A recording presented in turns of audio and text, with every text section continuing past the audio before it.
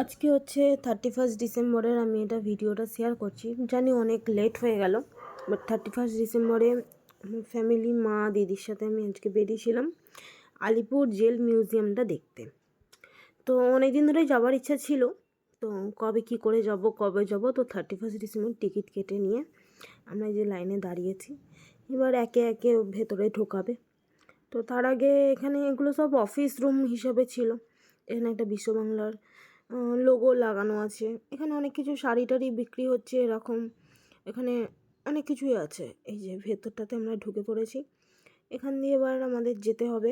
এখানে শুনেছি এখানে অনেক গল্প, যে এখানে অনেক সুন্দর জেলে যারা বিপ্লবীরা ছিল তাদের নাকি এই জেলে রাখা হয়েছিল। তো সেই দেখার উদ্দেশ্যেই আমি মা দিদি আজকে 31 ডিসেম্বরে বেরিয়ে পড়েছি। তোমরা ভিডিওটা দেখো, ভালো লাগলে অবশ্যই আমাকে জানিও কেমন লাগলো।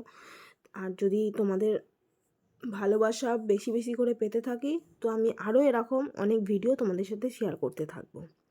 এই যে এখানে হচ্ছে একটা করে রেখে দিয়েছে যে কোথা দিয়ে কোন রাস্তা দিয়ে গেলে কীভাবে আমরা কোনটা ফার্স্ট পাবো। তো ফার্স্টেই আমরা চলে এসেছি। এখানে হচ্ছে যাদেরকে ফাঁসি দেওয়া হয়েছিল, তো সেই ফাঁসি যেখানে দেওয়াটা হতো, তো সেখানে একটা স্ট্যাচু হিসেবে রাখা আছে। তো এখানে অনেকেই এসছে আজকে 31 ডিসেম্বরে, মানে এই জায়গাটা প্রচুর লোক এসছে, প্রচুর ভিড়ও হয়েছিল আজকের দিনে। এই যে এখানে সবার সাথে এখানে সবাইকে এখানে অনেক বিপ্লবীকে এখানে ফাঁসি দেওয়া হতো, সেই ফাঁসিরই মঞ্চটা তো এখানে রাখা আছে, ফাঁসির মঞ্চটা। তারপরে আমরা আস্তে আস্তে এগিয়ে যাচ্ছি। ওইখানে যে ছোটো ছোটো ঘরগুলো দেখতে পাওয়া যাচ্ছে ওপরে, তো ওই ঘরগুলোতে অনেকের মূর্তি করে রেখেছে, অনেকেরই ওখানে মূর্তি রয়েছে। জানলার সামনে দাঁড় করিয়ে রাখানো মূর্তিগুলো ওখানে আছে। তো এই যে মূর্তিগুলো ওখান থেকে দেখতে পাওয়া যাচ্ছে। তো খুবই সুন্দর একটা অ্যাম্বিয়েন্স, মানে খুবই সুন্দর, মানে খুবই সুন্দর। এখানে গেলে একটা আলাদাই শান্তি পাওয়া গেছে। সবাই বলতো খুব সুন্দর একটা জায়গা। আর ওখানে যে ব্যাকগ্রাউন্ডে যে গানগুলো সব বিপ্লবীদের, সেই গানগুলো ওখানে চালিয়ে রেখেছে, মানে আলাদাই রকম ভালো লাগছে। ওখানে একটা ফাঁসির মঞ্চ ছিল, প্লাস এখানেও একটা ফাঁসির মঞ্চ করে রেখেছে এরকম দড়ি দিয়ে। এখানে সবাই এসে ছবি টবি তুলছে। আর এখান দিয়ে এবার আমরা ঢুকে যাচ্ছি, গিয়ে এখান দিয়ে আমরা ফাঁসির মঞ্চটাও দেখতে পাবো। প্লাস এখানে যেখানে যে জেলগুলোতে রাখা হতো সেই জেলগুলো ওখানে করা আছে। কোনো জায়গায় কারো ছবি দেওয়া রয়েছে, মানে মূর্তি স্ট্যাচু করা আছে। কারো জেলগুলো শুধুই ফাঁকা জেল রেখে ওখানটা সবাই ঢুকে দেখছে। এরকমও অনেক জায়গাতেও আছে জেলগুলো আবার খোলাও যায়, খুলে ওখানে সবাই গিয়ে ছবি টবি তুলছে। তো এই যে আমার দিদি এখান দিয়ে এবার এখানে যাদেরকে এই জেলটার মধ্যে রাখা হয়েছিল সবাইকে তো আর এক জায়গায় রাখা তো না, আলাদা আলাদা ঘরে, সেই লিস্টটা ওখানে দেওয়া রয়েছে। তার বাইরেটাই এরকম একটা সুন্দর একটা জায়গা। এই যে এই জেলটা যেরকম ফাঁকা, কিছুই নেই, কিন্তু জেলটাতে রয়েছে এখানে কিছু একটা স্ট্যাচু করানো আছে, এখন মানে মনে পড়ছে না, কিন্তু এখানে কিছু জিনিসপত্র রাখা রয়েছে। এটা এখানে বিধানচন্দ্র রায়কে এই জেলটাতে আটকে রাখা হয়েছিল, তাই ওনার স্ট্যাচুটা দিয়ে এখানে বিধানচন্দ্র দিয়ে রাখা রয়েছে। এখানে সবাই দাঁড়িয়ে ছবি টবি তুলছিল। তো যেখানে অনেক বাচ্চাও এসছে, বড়ও এসছে, এখানে নানান দেশ থেকে অনেক লোকজনও এসছে। এই যে ওখানটা দেখে এসে আমরা এবার বেরিয়ে বাইরেটাতে দাঁড়িয়ে রয়েছি। এখানটাতে দাঁড়িয়ে আমরা এবার ছবি তুলবো। তো এই যে গাছের তলা রয়েছে, এখানে দাঁড়িয়ে আমাদের ছবি টবি তুলে নিয়ে এবার আমরা বেরিয়ে পড়লাম আর একটা জায়গায় যাবো। ওই জন্য এখানে হচ্ছে নেহেরু মঞ্চ, মানে এটা নেহেরুর জেল, নেহেরুকে যেখানে জেলে আটকে রাখা হয়েছিল সেইখানে। এখানে যে তোমরা দেখতে থাকো,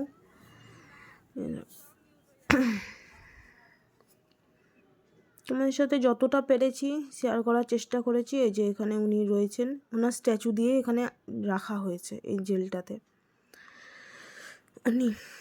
সুন্দর একটা জায়গা, খুবই সুন্দর একটা জায়গা, মানে এখান থেকে দেখলেই, ওখানে গেলেই যেন মনে হচ্ছে যে কোনো একটা টাইম, মানে এগুলো যেন আমার চোখের সামনে ঘটেছে এরকম একটা জিনিস। ওখানে সব কিছু সংগ্রহ করে রাখা আছে, সব কিছু, মানে সব কিছু। এই যে নানান দেশ থেকে এসে এই যে তখনকার দিনের কয়েন, এই কয়েনটা ওখানে রাখা আছে, ঠিক আছে। এটা হচ্ছে পেয়েছিলেন সেই হিসাবে। প্লাস ওখানে আপনারা গাইড হিসাবেও মানে যদি কোনো গাইডার চান তো ওখানে একটা স্ক্যানার দিয়ে রেখেছে, ওই স্ক্যানারটাতে স্ক্যান করলে আপনারা সেই গাইডারকে ওখানে পেয়ে যাবেন। এটা হচ্ছে আমাদের মাননীয় মুখ্যমন্ত্রীর এখানে এটা একটা মঞ্চ করে রেখেছেন। এখানটাতে উনি যেসব লিখেছিলেন ছবি আঁকা, গান, কবিতা সব কিছুর এখানে অনেক কিছু বই টই বিক্রি টিক্রি হচ্ছে, তো সেই হিসেবে এখানটা রাখা আছে।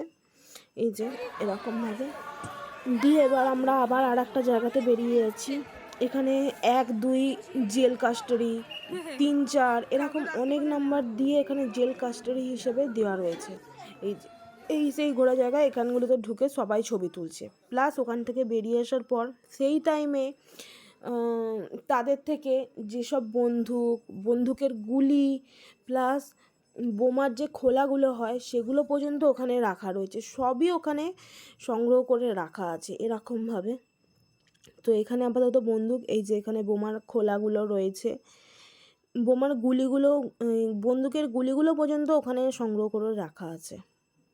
তো এই যে কত বন্দুক, কত ধরনের বন্দুক, তরোয়াল সব কিছু রাখা। সেই টাইমে বিপ্লবীদের কাছে যেসব জিনিস ছিল, পুলিশ যেগুলো ওনাদের কাছ থেকে নিয়ে নিতে পেরেছিল সেইগুলোই ওখানে সব সংগ্রহ করে রাখা আছে। এতগুলো বছর ধরে প্রায় 1903 সাল থেকে ওখানে সব কিছু সংগ্রহ করে রাখা আছে। 1903 সাল থেকে এতদিন যে বিপ্লবীরা আমাদের জন্য যুদ্ধ করেছেন, যা করেছেন, এখানে বিপ্লবীদের জীবনযাত্রা হিসাবে সব কিছু, মানে সেই টাইমে ওনাদের জেলে কী কাজ করতে হতো। ওখানে একজনের দেখলেন উনি ওখানে ঝাঁট দিচ্ছিলেন, এরকম সব মূর্তি করে রয়েছে, কেউ জানলার দিকে তাকিয়ে, কেউ ওখানে বসে গল্প করছেন, ঠিক আছে, কেউ চান করছেন, কেউ শুয়ে রয়েছে। ওখানে আবার সবথেকে ভালো একটা জিনিস, মানে মডেলগুলোকে দেখলে কেউ বলবেই না যে এগুলো মডেল, মানে যেন মনে হচ্ছে একটা আসল মানুষ ওখানে বসে রয়েছে, এরকমভাবেই জিনিসটাকে সুন্দর করে তুলেছে। তো আর ওনাদের ব্যবস্থাটাও খুবই সুন্দর ছিল, অনেক অনেক ছোটো ছোটো ঘরের মধ্যেও এরকম মূর্তিগুলোকে সাজিয়ে রেখেছে, বা এত ভিড় হয়েছে তারপরেও কিন্তু ওনাদের ব্যবস্থাটা সত্যিই বলতে খুবই সুন্দর, সবাইকে সুন্দরভাবে সবাই দেখতে পাচ্ছে, এটা নয় যে কারোর কোনো অসুবিধা হচ্ছে বা কিছু, মানে সবাই সুন্দর করে লাইন দিয়ে ঢুকছে আবার লাইন দিয়ে বেরোচ্ছে। প্রত্যেকটা জায়গায় কোনো প্রবলেম হলে কি রইলে গাইডারটারও রয়েছে, প্লাস ওখানে যে সিকিউরিটিগুলোও রয়েছে, তো ওনারা আমাদের প্রচুরই সাহায্য করেছেন, কারণ এত বড় একটা জায়গা ঘুরে দেখা, ঠিক আছে, জেলের মধ্যে এরকম হয়, সবাই তো আর জেলে গিয়ে দেখে আসতে পারে না, আর সবাই গিয়ে জেলে কাউকে ঢুকতে অ্যালাউ করা হয় না। তো জেলের মধ্যে সব আসামিরা বা এই যে বিপ্লবীদের এখানে কাহিনী রয়েছে, তো ওনারা কীভাবে দিন কাটাতেন সব এখানে রয়েছে। ইংরেজরা সেই টাইমে বিপ্লবীদের সাথে কীরকম ব্যবহার করতো সেরকম সাউন্ড দিয়ে রেখেছেন সব কিছুই। সেই টাইমে সেই 1903 সালের যে কয়েনগুলো ইউজ হতো সেইগুলো, এখানে একটা দুর্গার স্ট্যাচু করা রয়েছে, কিন্তু বুঝলাম না এটা কিসের। প্লাস সব কিছু ঘোরার পর আপনাদের এখানে 8 মিনিটের একটা ভিডিও দেখাবে, মানে সেখানে বিপ্লবীরা কী করেছিল, বিপ্লবীদের থেকে কোথা থেকে কার কাছ থেকে কী পেয়েছিল, সব একটা 8 মিনিটের ভিডিও করে আপনাদেরকে দেখাবে। প্লাস এখানে 30টা বিপ্লবীর যেখানে ছবি, সেই বিপ্লবীর ছবি দিয়ে খুব সুন্দরভাবে, যেটা আপনারা শুধু এতক্ষণ চোখে দেখে এসেছেন, একটা ভিডিওর মাধ্যমে আপনারা সব কিছুটা বুঝতে পেরে যাবেন। এরকম একটা সুন্দর জায়গা, ওখানে সব কিছু দেখা হয়ে যাওয়ার পর এরকম একটা জায়গা দিয়ে আমাদের সবাইকে এবার বাইরে বেরিয়ে যেতে হচ্ছে। তো ওটা ঘুরতে অনেকটাই সময় লাগে, প্লাস সব কিছু দেখতে, কিন্তু ওখানের মধ্যে আর একটা জায়গায় আমাদের হয়তো যাওয়া হয়ে ওঠেনি, ওইটাতে এত লাইন পড়েছিল, মানে কোনো টিকিট ফিকিট কিছু নেই। প্লাস ওখানে একটা মিউজিক সাউন্ড হয়, তো সেটা হচ্ছে 5:30 থেকে শো, কিন্তু সেটা অনেকটা বেলা হয়ে যাবে বলে আমরা ওখান থেকে এবার বেরিয়ে পড়লাম। এই যে বাসে করে আমরা 3 জনে এবার যাচ্ছি। এবার এই যে আসতে গিয়ে যে চিড়িয়াখানাতেও কত মানুষ গেছে, মানে রাস্তাটার জ্যাম সেটা মানে ভাবার বাইরে, এত জ্যাম। আমরা বাসে করে যাচ্ছিলাম ঠিক কথাই, কিন্তু এত মানুষের ভিড়, এত ভিড়। আর আমরা যে টাইমে ওখান থেকে ফিরছিলাম সেটা সবাই চিড়িয়াখানা থেকে বেরিয়ে আসার সময়, অনেক দিন হয়ে গেল আমরা চিড়িয়াখানা যাইনি, তো ওখান থেকে আমরা এবার বেরিয়ে এসে এবার আমাদের এখানের একটা ফিয়েস্তা রেস্টুরেন্ট আছে, ওখানে আমরা খাওয়া দাওয়াটা করব, খাওয়া দাওয়া করে এবার আমরা ওখান থেকে বেরিয়ে পড়বো। এই যে আমরা খাওয়া দাওয়া করতে চলে এসেছি ফিয়েস্তা, আমরা আমাদের খাবার অর্ডারও দিয়ে দিয়েছি। এই যে মা, দিদি, আমি তিনজনে বসে বসে গল্প করছি। এখানে বসে কিছুক্ষণ ছবি টবি তোলা হলো। এখানেও সুন্দর একটা জায়গা। তো এবার আমাদের খাবার বিরিয়ানি, স্যালাড, আর আমরা একটু কিছু চাউমিন নিয়েছিলাম। ঠিক আছে, সেই যে চাউমিন খুবই সুন্দর টেস্ট, মানে বিরিয়ানির থেকেও বলবো চাউমিনের টেস্টটাই আলাদা। আর এই যে লিফটে করে, মানে 4th ফ্লোর, তো ওখানে লিফটে করে উঠতে হয়েছিলো। লিফট থেকে নামার সময় আমাদের যে ডুমুরজলা স্টেডিয়াম, অসম্ভব সুন্দর লাগছিলো ডুমুরজলা স্টেডিয়ামটাকে। তো সেটাই দেখলাম। এইভাবে আমাদের দিনটা কাটালাম। হ্যাপি নিউ ইয়ার সবাইকে।